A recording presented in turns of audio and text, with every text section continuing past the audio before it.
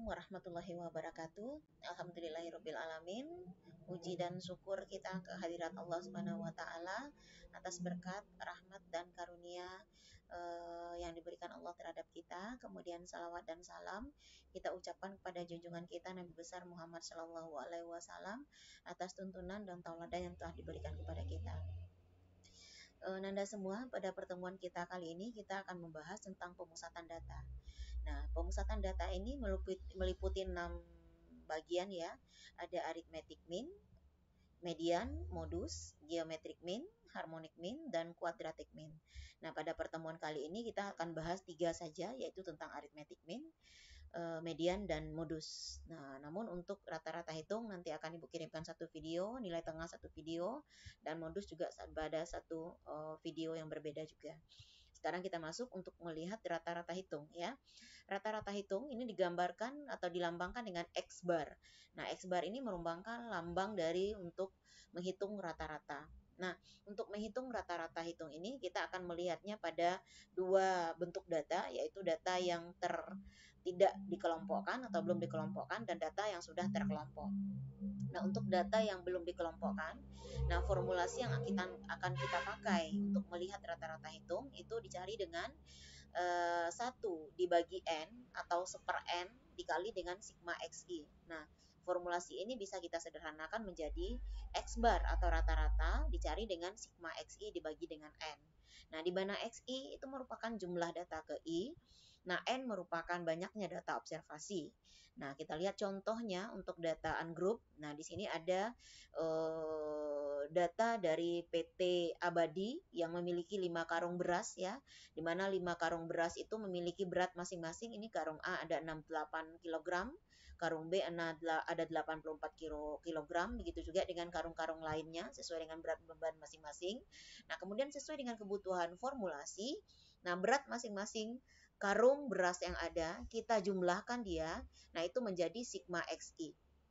Jumlah keseluruhan dari data masing-masing atau data KI ya, jumlah karung A, karung B, karung D, karung E kita jumlahkan menjadi dia beratnya 377. Sedangkan data yang kita amati ada 5, A, B, C, D, dan E. N-nya jadi 5.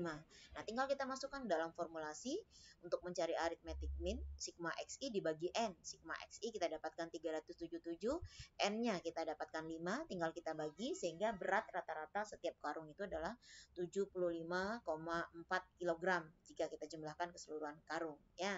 Nah, artinya dari kelima karung beras tersebut berat rata-ratanya adalah 75,4 kg per karungnya. Nah, itu untuk ungroup data. Nah, sedangkan untuk grup data, itu data yang sudah dikelompokkan ke dalam distribusi frekuensi, jadi kita tidak cari lagi dengan aturan Stargast rule karena datanya sudah terkelompok ya.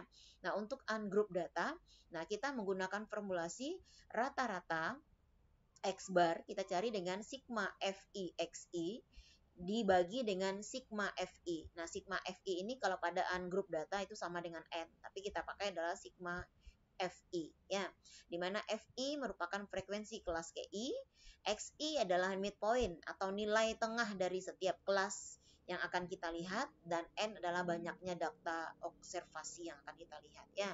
Nah, di sini kita lihat di sini ada PT Makmur pada penimbangan berat 65 karung beras. Nah, ini dia mempunyai tabel distribusi frekuensi ya. Jadi jumlah karung berasnya ada 65, ini merupakan sigma XI-nya. Nah, ini adalah dari nomor 1, 2, 3, 4 sampai 7. Ini menunjukkan bahwa jumlah kelas, banyaknya kelas dibagi menjadi 7 bagian kelas. Ini banyaknya kelas ya. Nah, sedangkan berat keras ini merupakan panjang kelas atau kelas intervalnya. Ya, untuk melihat kelas interval, jika seandainya kelasnya sama, untuk paling gampang melihat panjang kelas itu adalah dengan membandingkan batas bawah kelas sebelumnya dengan satu kelas dengan batas bawah kelas sebelumnya. Nah, itu melihat panjang kelas yang paling gampang tanpa kita menggunakan tepi batas. Ya, kalau di sini kita ketahui panjang kelasnya ini kalau kita lihat dari kelas pertama dan kelas kedua, batas bawah kelas kedua kita selisihkan dengan batas bawah kelas pertama itu ada 6 kelas. Berarti panjang kelasnya ada 6, banyaknya kelas ada 7. Nah, banyaknya karung ini menunjukkan frekuensi. Nah, ini ketiga ini merupakan daftar distribusi frekuensi awal, ya, daftar klasifikasi awal. Nah, sedangkan midpoint, nah ini kita cari berikutnya. Midpoint kita dapatkan dengan titik tengah ini, kita dapatkan pada masing-masing kelas dengan cara menambahkan batas bawah kelas pada satu kelas ditambah dengan batas atas kelas yang bersangkutan dibagi dengan 2, kita dapat midpoint kelas pertama. Kelas kedua begitu juga, batas bawah kelas kedua ditambah dengan batas atas kelas kedua dibagi 2, dapat midpoint kelas kedua, begitu seterusnya. Sedangkan XI, FI kita tinggal kalikan. Midpoint pada kelas pertama dikalikan dengan FI kelas pertama, dapat dia seperti ini. Nah, untuk mencari sigma, kalau pada Excel mungkin saudara Nanda semua bisa menjumlahkannya secara langsung, sedangkan kalau menggunakan kalkulator, Nanda bisa juga menjumlahkannya secara langsung juga. Nah, kita tinggal masukkan ke dalam formulasi. Formulasi untuk mencari rata-rata kita tadi adalah sigma FI XI dibagi dengan sigma FI. Nah, sigma XI FI kita sudah dapat 4245,5. Nah, sigma XI kita, sigma FI kita sudah kita ketahui, jumlahnya 65. Tinggal kita bagi, nah dapat dia 4265,5 dibagi dengan 65 dapat 65,32 kg. Nah, itu untuk mencari arithmetic mean atau rata-rata hitung pada grup data.